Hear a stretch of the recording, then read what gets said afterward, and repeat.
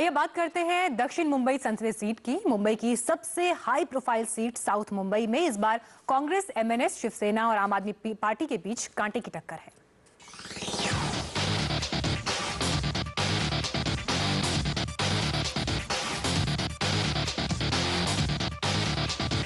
दक्षिण मुंबई को मुंबई का दिल कहा जाता है। गेटवे ऑफ इंडिया, सीएसटी और बीएमसी जैसी ऐतिहासिक धरोहर साउथ मुंबई की शोभा बढ़ा रहे हैं। यहाँ मालाबार हिल जैसे पॉश इलाके हैं, तो इसी इलाके में बॉम्बे स्टॉक एक्सचेंज है। टाटा, बिरला और अंबानी जैसे बिजनेस टाइकून्स यही रहते हैं, इसीलिए इसे धन कुबेरों का इलाका भी कहा जाता है।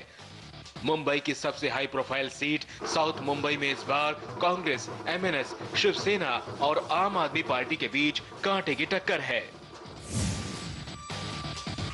इस बार यहां से कांग्रेस के टिकट पर केंद्रीय मंत्री मिलिंद देवड़ा हैट्रिक लगाने की फिराक में हैं, तो मिलिंद देवड़ा को चुनौती दे रहे हैं एमएनएस के उम्मीदवार बाला नांदगांवकर। शिवसेना ने अरविंद सावंत को अपना उम्मीदवार बनाया है। वहीं आम आदमी पार्टी की प्रत्याशी मीरा सान्याल भी दक्षिण मुंबई संसदीय सीट से रेस में है।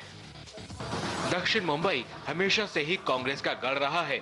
पिछले एक दशक से केंद्रीय दूरसंचार राज्य मंत्री मिलिंद देवड़ा यहां से सांसद हैं और अपने पिता कांग्रेस के वरिष्ठ नेता मुरली देवड़ा की विरासत को आगे बढ़ा रहे हैं।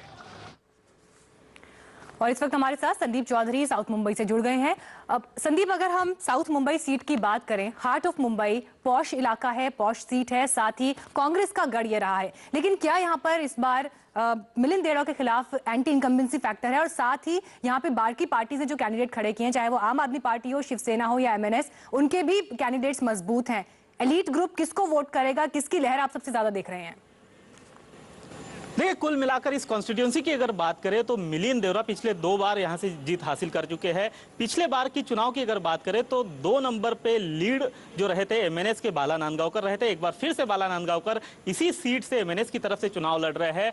एमएनएस के कारण अगर देखा जाए तो शिवसेना और एमएनएस, इन दोनों के अगर उस वक्त के वोटिंग अगर मिलाई जाए तो वो ज्यादा हुई थी मिलिंद देवड़ा से।